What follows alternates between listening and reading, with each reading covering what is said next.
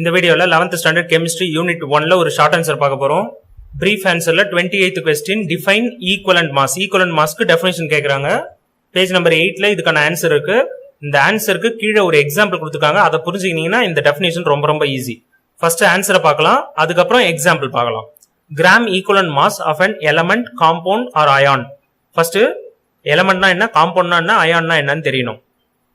Page number 3ல உங்களுக்கு எலமெண்ட்னா என்ன, காம்பவுண்ட்னா என்னன்னு கொடுத்துருக்காங்க. ரொம்ப சிம்பிள். எலமெண்ட்னா நீங்க பீரியாடிக் டேபிள்ல பாக்குறீங்கல்ல, அது எல்லாமே எலமெண்ட் தான். அந்த எலமெண்ட்ன்றது only one type of atom. For example AU இல்ல ஹைட்ரஜன். இந்த ஏயுன்றது மோனோ ஆட்டாமிக்னு சொல்லுவாங்க. அதுல ஒரே ஒரு ஆட்டம் இருக்கு. ஹைட்ரஜன்றதுல 2 ஹைட்ரஜன் ஆட்டம் இருக்கு. இப்ப இதுல இருந்து நம்ம என்ன புரிஞ்சுக்கணும்னா, ஒன்லி ஒன் டைப் ஆஃப் ஆட்டம்னா இதுல 2 ஆட்டம் இருந்தாலும் அது ஹைட்ரஜன் ஆட்டமா தான் இருக்கு. இதுல ஒரு ஆட்டம் தான் இருக்கு, அப்ப அது ஏயு கோல்டு மட்டும் தான் இருக்கும்.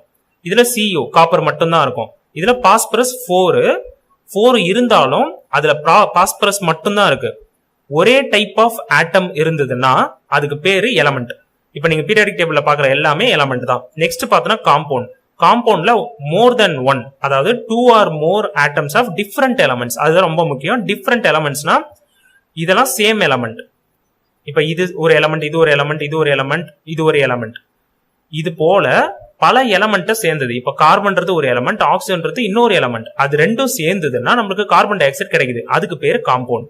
புரிஞ்சிருக்கும்னு நினைக்கிறேன். இப்ப அது போல எலமெண்டோடைய மாஸ், அதாவது கிராம் ஈக்குவலன்ட் மாஸ், காம்பவுண்டோடைய gram equivalent mass, or ion. அயான்னா என்னன்னா பிளஸ் மைனஸ் சார்ஜ் இருக்கும். அதாவது எலக்ட்ரான் வந்து டிரான்ஸ்பர் ஆகும் அதுல, அதை வந்து அயான்னு சொல்லுவாங்க. இதெல்லாம் டீட்டெயிலா நம்ம படிப்போம். இந்த எலமெண்ட், காம்பவுண்ட் ஆர் அயான் இதெல்லாம் வித்தியாசமானதுன்னு மட்டும் ஞாபகம் வச்சுங்க. எலமெண்ட்னா ஒரே ஆட்டம் இருக்கும், காம்பவுண்ட்னா விதவிதமான ஆட்டம் இருக்கும், அயான்னா அதுல எலக்ட்ரான் டிரான்ஸ்பர் வந்து ஹேப்பன் ஆகும், நடக்கும். சோ இது மூணுத்துக்கும் கிராம் ஈக்குவலன்ட் மாஸ்னா என்னன்னா, is the mass that combines or displaces 1.008 gram hydrogen or 8 gram of oxygen or 35.5 gram of chlorine. இப்ப ஹைட்ரஜன்ல இத்தனை கிராமோ, இல்ல ஆக்சிஜன்ல 8 கிராமோ, இல்ல குளோரின்ல 35.5 கிராமோ, இந்த அளவிலான மாஸ் நிறைஞ்சிருக்கிற பொருளை கம்பைன் பண்ணாலோ, சேர்த்தாலோ, டிஸ்பிளேஸ் பண்ணாலோ, டிஸ்பிளேஸ்னா ஒரு இடத்துல இருந்து இன்னொரு இடத்துக்கு மாத்துறதுன்னு அர்த்தம். அது போல செஞ்சாலோ, ஏதோ ஒரு எலமெண்ட் செய்யுது, இல்ல காம்பவுண்ட் செய்யுது, இல்ல அயான் செய்யுதுன்னா அதனுடைய மாஸ் இருக்குல்ல, அதை தான் நம்ம கிராம் ஈக்குவலன்ட் மாஸ்ன்னு சொல்லுவோம். ஃபார் எக்ஸாம்பிள் இந்த எக்ஸாம்பிள் பார்த்தா ஈஸியா புரிஞ்சிடும். இந்த ரியாக்ஷன், இது ஒரு ரியாக்ஷன். இதுல ஜிங்க் இருக்கு, H2SO4 சல்பியூரிக் ஆசிட், அதுல ஹைட்ரஜன் இருக்கு. இது வந்து ஜிங்க் சல்பேட்டா மாறுது பிளஸ் ஹைட்ரஜன். இதுல என்ன ஆகுதுன்னா, ஜிங்கும் ஹைட்ரஜனும் இடத்த மாத்திக்குது, டிஸ்பிளேஸ் ஆயிடுது.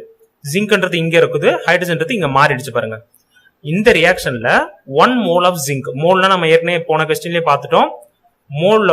மோல் அளவு கொண்ட ஜிங்க், அதாவது 6.022 × 10⁻23 அளவு ஆட்டம்ஸ் உள்ள ஜிங்க் வந்து இத்தனை கிராம் இருக்கு, 65.38 கிராம் இருக்கு. அது வந்து டிஸ்பிளேஸ் பண்ணுதான். இந்த ஜிங்க்ன்றது வந்து இதுக்கு முன்னாடி 1 இருக்குன்னு அர்த்தம். அப்போ 1 மோல் ஆஃப் ஜிங்க் வந்து இந்த ஹைட்ரஜன்றத டிஸ்பிளேஸ் பண்ணுது, இடத்த மாத்துது. அப்போ 1 மோல் ஆஃப் ஹைட்ரஜனுடைய அளவு வந்து 2.016 கிராம். இதை நல்லா புரிஞ்சுக்கணும். இங்க நம்ம பார்த்தது ஹைட்ரஜன் ஆட்டமுடைய அளவு, இது வந்து ஹைட்ரஜன் மாலிக்யூலோட அளவு. இங்க பாருங்க H2ன்னு இருக்கு பாருங்க, ஹைட்ரஜன் மாலிகுலோட அளவு. அப்ப 2 டைம்ஸ் 1.008 போட்டோம்னா 2 × 1.008 அந்த வேல்யூ மல்டிப்ளை பண்ணோம்னா நம்மளுக்கு 2.016 கிராம் கிடைக்கும். இப்ப இதை நம்ம டிவைட் பண்ணி கால்குலேஷனா போட்டோம்னா 65.38, அதாவது அந்த ஜிங்க்குக்கான அளவு 65.38 gram divided by 2.016 gram of hydrogen. இத நம்ம மல்டிப்ளை வித் 1.008 பண்றோம். ஏன் இதை பண்றோம்னா, ஹைட்ரஜனை எவ்வளவு டிஸ்பிளேஸ் பண்ணதுன்னு பார்த்தோமா, அந்த அளவு இது 1.008 கிராம்ன்றது நம்ம டெஃபினிஷன்ல பார்த்தோம்ல அந்த அளவு. இதை நம்ம கால்குலேட் பண்ணி நம்மளுக்கு ஒரு ஆன்சர் கிடைக்குது இல்ல, 32.69. இதுதான் ஜிங்க் உடைய ஈக்குவலன்ட் மாஸ். இப்ப பாத்தீங்கன்னா நம்மளுக்கு equivalent mass of an element, compound or ion கொடுத்திருந்தாங்களா. இப்ப நம்ம எலமெண்ட்டுக்கு நம்ம கால்குலேட் பண்ணிருக்கோம், ஜிங்க்ன்ற எலமெண்ட்டுக்கு நம்ம கால்குலேட் பண்ணிருக்கோம். அதை எப்படி கால்குலேட் பண்ணோம்னா, கம்பைன்ஸ் ஆர் டிஸ்பிளேசஸ் இவ்வளவு ஹைட்ரஜனை 1.008 கிராம் ஹைட்ரஜனை டிஸ்பிளேஸ் பண்ணிருக்குன்றத இந்த ரியாக்ஷன்ல நம்ம யூஸ் பண்ணி ஜிங்க்ன்ற எலமெண்ட்டுடைய கிராம் ஈக்குவலன்ட் மாஸை நம்ம கால்குலேட் பண்ணிருக்கோம். இது போல ஆக்சிஜன், குளோரின் வச்சும் நம்ம கால்குலேட் பண்ணலாம். எலமெண்ட்டுக்கும் கால்குலேட் பண்ணலாம், காம்பவுண்டுக்கும் கால்குலேட் பண்ணலாம், அயானுக்கும் கால்குலேட் பண்ணலாம். இதை புரிஞ்சுக்கிட்டாலே ரொம்ப ஈஸியா இருக்கும். கிராம் ஈக்குவலன்ட் மாஸ் ஈக்குவலண்ட்னா கம்பேர் பண்ணி நம்ம பண்றோம், அதனால ஈக்குவலண்ட். இதுக்கு ஈக்குவலண்டா அப்படின்னு அர்த்தம், அது மாஸ்னா நிறைன்னு அர்த்தம், கிராம் அளவுல. புரிஞ்சிருக்கும்னு நினைக்கிறேன். இதோட இந்த வீடியோ முடிஞ்சிருச்சு. உங்களுக்கு வேற ஏதாவது டவுட் இருந்தா கமெண்ட்ல போடுங்க. இந்த வீடியோ பிடிச்சி மறக்காம லைக் பண்ணுங்க. உங்க ஃப்ரெண்ட்ஸ் ரிலேட்டிவ்ஸ் கூட இந்த வீடியோவை ஷேர் பண்ணிக்கோங்க. தேங்க்யூ.